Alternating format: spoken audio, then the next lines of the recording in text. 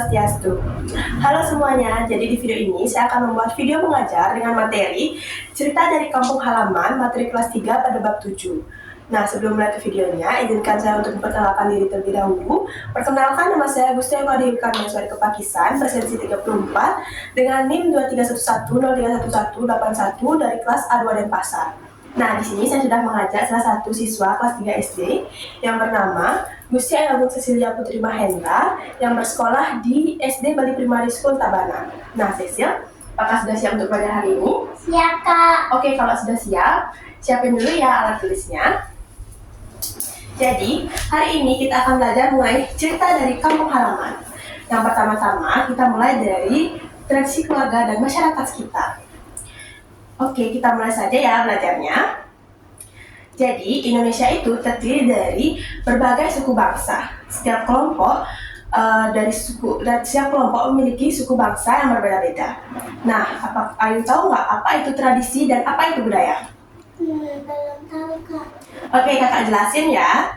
Jadi, tradisi atau adat istiadat itu adalah suatu pola perilaku atau kebiasaan dan juga kepercayaan yang berkembang di tengah masyarakat mengenai nilai-nilai, norma-norma, hukum, dan aturan-aturan yang telah menjadi bagian aspek kehidupan yang berasal dari masa lalu dan dilakukan berulang kali secara turun-temurun sehingga menjadi warisan yang dilestarikan, dijalankan, dipercayai hingga saat ini.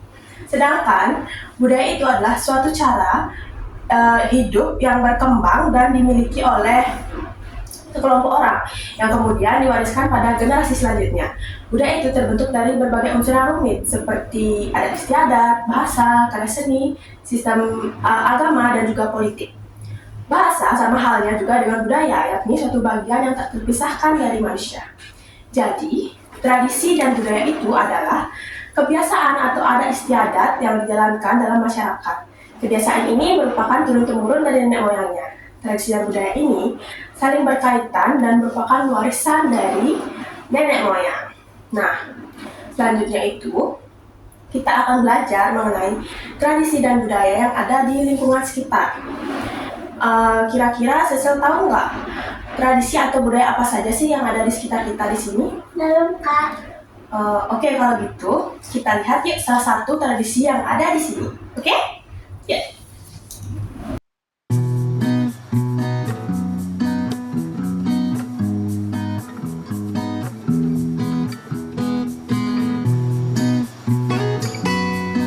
Nah, Cecil, ini adalah salah satu contoh tradisi yang ada di sini. Tradisi itu dinamakan dengan upacara mantenin. Upacara mantenin adalah salah satu tradisi keagamaan pada saat padi disimpan pada lumbung padi sebelum diolah pertama kali menjadi beras. Upacara ini dilakukan sebagai ungkapan rasa syukur atas hasil panen dan berkah dari Ida Sang Hyang Widi. Upacara ini muncul sebagai bentuk penghormatan pada Dewi Sri atau Dewi Padi atas kesuburan dan kemakmurannya bagi para petani. Nah, untuk mengetahui beberapa tradisi keluarga dan masyarakat yang ada di sekitar sini, kita belajar lebih lanjut ya. Di sini kakak sudah menyiapkan beberapa gambar-gambar dari tradisi yang ada di sini. Oke, nanti kalau Ayu tahu, nanti sebutin ya, itu tuh namanya tradisi apa, oke? Nah, kalau ini Ayu tahu nggak? Nabe. Oke, tradisi Naben ini adalah prosesi pembakaran mayat yang ada di Bali. Kalau selanjutnya? Melasti. Oke, ini upacara melasti. Upacara melasti ini dilakukan untuk menyucikan diri. Nah, upacara melasti ini juga dilakukan pada saat sebelum hari raya Nyepi. Kalau ini? Mecaru. Ya, betul. Ini mencaru. Kalau upacara mencaru ini dilakukan dengan tujuan untuk menjaga hubungan harmonis antara manusia dengan lingkungan sekitarnya. Kalau ini? Nggak tahu, Kak. Oh, ini nggak tahu. Kalau ini namanya tradisi mepandes atau bisa juga disebut metatah, mesangi, atau potong gigi. Tradisi mepandes ini dilakukan untuk menghilangkan satripu yang ada di dalam diri manusia atau 6 sifat buruk yang ada pada manusia. Oh, ini? Nyepi. Ya, betul. Ini baru saja kita lakukan kemarin ya. Nyepi ini, sebelum hari raya Nyepi itu ada namanya prosesi pengerupukan, upacara pengerupukan. Nah, upacara pengerupukan itu dilakukan dengan upacara ini, ya tahu nggak? Obor. Ya, ini obor. Namanya itu tradisi mengobor-obor kalau di sini. Tradisi mengobor-obor ini dilakukan dengan mengobori rumah dan juga membujikan beberapa bunyi-bunyian agar tercipta kebisingan. Nah, tujuan dari percaya ini itu yaitu untuk mengusir buta kala yang ada di sekitar pekarangan rumah. Setelah itu baru dilakukan tradisi. Ogoh. Ya, betul. Ini itu dilakukan pada saat malam pengerupukan yang dimana ogoh-ogoh ini itu akan mengitari banjar yang ada di sini seperti itu. Oke. Nah, untuk mengetahui beberapa tradisi yang ada di Indonesia, kita belajar lebih lanjut ya. Oke, di sini kakak udah nyiapin beberapa tradisi budaya daerah yang ada di Indonesia. Kita belajar ya. Nah, dimana yang pertama yaitu di Pulau Sumatera. Tradisi yang ada di Pulau Sumatera ini salah satunya yaitu tradisi Tabuik yang ada di Sumatera Barat. Rumah adatnya yaitu ada rumah Gadang. rumah gadang yang ada di Sumatera Barat. Kalau pakaian adatnya itu ada Aisan Gede dari Sumatera Selatan. Kalau tariannya, ini tari apa namanya? Tari Totor. Iya, tari tortor yang berasal dari Sumatera Utara. Makanan khasnya? Rendang. Iya, rendang dari Sumatera Barat. Dan ini juga ada kebiasaan masyarakatnya, yaitu ada kebiasaan Mangulosi dari Sumatera Utara. Lagu daerahnya itu ada Soleram dari Riau. Alat musik tradisionalnya itu ada alat musik talempong dari Sumatera Barat. Selanjutnya itu dari Pulau Jawa. Nah, di Pulau Jawa ini tradisinya yaitu ada tradisi sekaten, yaitu dari Yogyakarta dan juga Surakarta. Rumah adatnya itu ada rumah Joglo. rumah joglo dari Jawa Tengah dan juga Yogyakarta. Pakaian tradisionalnya itu ada kebaya dan beskap. Tariannya ada tari berdaya dari Yogyakarta dan juga Surakarta. Makanan tradisionalnya gudeg dari Yogyakarta. Kebiasaan masyarakatnya itu ada kebiasaan angga. Kalau nyanyian tradisionalnya Gunung Pacul ya. Terus alat musiknya itu ada gamelan. Selanjutnya dari Pulau Kalimantan. Tradisinya itu ada tradisi naik dango dari Kalimantan Barat. Rumah adatnya rumah panjang dari Kalimantan Tengah dan Kalimantan Barat. Terus ada pakaian adatnya yaitu ada King Baba dan King Bibinge dari Kalimantan Tengah. Tradisinya, tarian tradisionalnya yaitu ada tari hudok dari Kalimantan Timur. Nih, makanan tradisionalnya yaitu ada juhu singkah dari Kalimantan Tengah. Kebiasaan masyarakatnya yaitu ada berladang secara gotong royong. Lagu tradisionalnya yaitu ada indung-indung dari Kalimantan Selatan. Alat musik tradisionalnya itu ada sape atau sapeh dari Kalimantan Timur dan juga Kalimantan Utara. Selanjutnya yaitu dari Pulau Sulawesi. Nah, Pulau Sulawesi ini ada tradisi yang dinamakan dengan tradisi Rambu Solo dari Sulawesi Selatan, yaitu di Tanah Toraja. Rumah adatnya itu ada rumah adat Tongkonan dari Sulawesi Selatan, yaitu Tanah Toraja juga. Ada baju tradisionalnya atau pakaian adatnya yaitu baju bodo dari Sulawesi Selatan. Tarian tradisionalnya yaitu tari Mabadong dari Tanah Toraja. Makanan tradisionalnya yaitu coto Makassar dari Sulawesi Selatan. Kebiasaan masyarakatnya itu musyawarah adat dan juga gotong royong. Lagu tradisionalnya yaitu ada O Inani Keke dari Sulawesi Utara. Alat musik tradisionalnya itu ada Kolintang. dari Sulawesi Utara. Selanjutnya itu dari Pulau Papua. Oke, dari Pulau Papua ini ada tradisi yang dinamakan bakar batu dari Papua Pegunungan. Rumah adatnya ini ada rumah adat Konai dari suku Dani, yaitu di Papua Pegunungan. Pakaian adatnya yaitu ada koteka dari suku Dani dan suku pedalaman lainnya. Tari tradisionalnya itu ada tari selamat datang. Nah, nih makanannya apa namanya? Papeda. Ya, Papeda dari Papua dan juga Maluku. Kebiasaan masyarakatnya itu hidup komunal dan juga berburu. Lagu tradisionalnya itu ada Apuse. Dan juga alat musiknya ada Tifa dari Maluku dan juga Papua. Selanjutnya ini ada dari mana? Mulai Bali, ya betul. Nah ini tradisinya tadi apa namanya ini? ngaben. Ya betul. Kalau ini rumah adatnya, ya rumah adatnya ada gapura candi bentar. Pakaian adatnya itu payas agung. Ya. Tari tradisionalnya. Tari kecap. Iya betul. Kalau makanannya, Ayam betutu.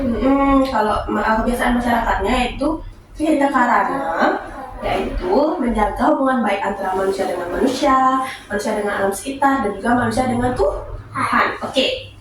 Kalau lagu tradisionalnya itu ada janger dan juga banyak lagi. Nah, nih alat musik tradisionalnya itu gong. Ya betul. Nah, di sini kan ada nih lagu tradisionalnya itu salah satunya janger. Ayo bisa nggak nyanyi salah satu lagu dari Pulau Bali yang bisa deh?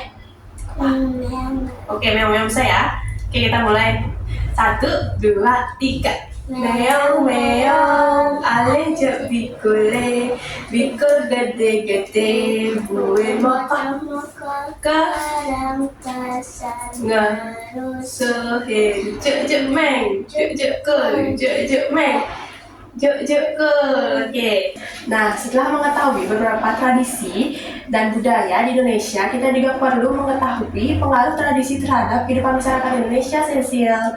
Jadi, tradisi itu memiliki pengaruh yang kuat terhadap kehidupan masyarakat dalam berbagai aspek, termasuk sosial, budaya, dan juga ekonomi.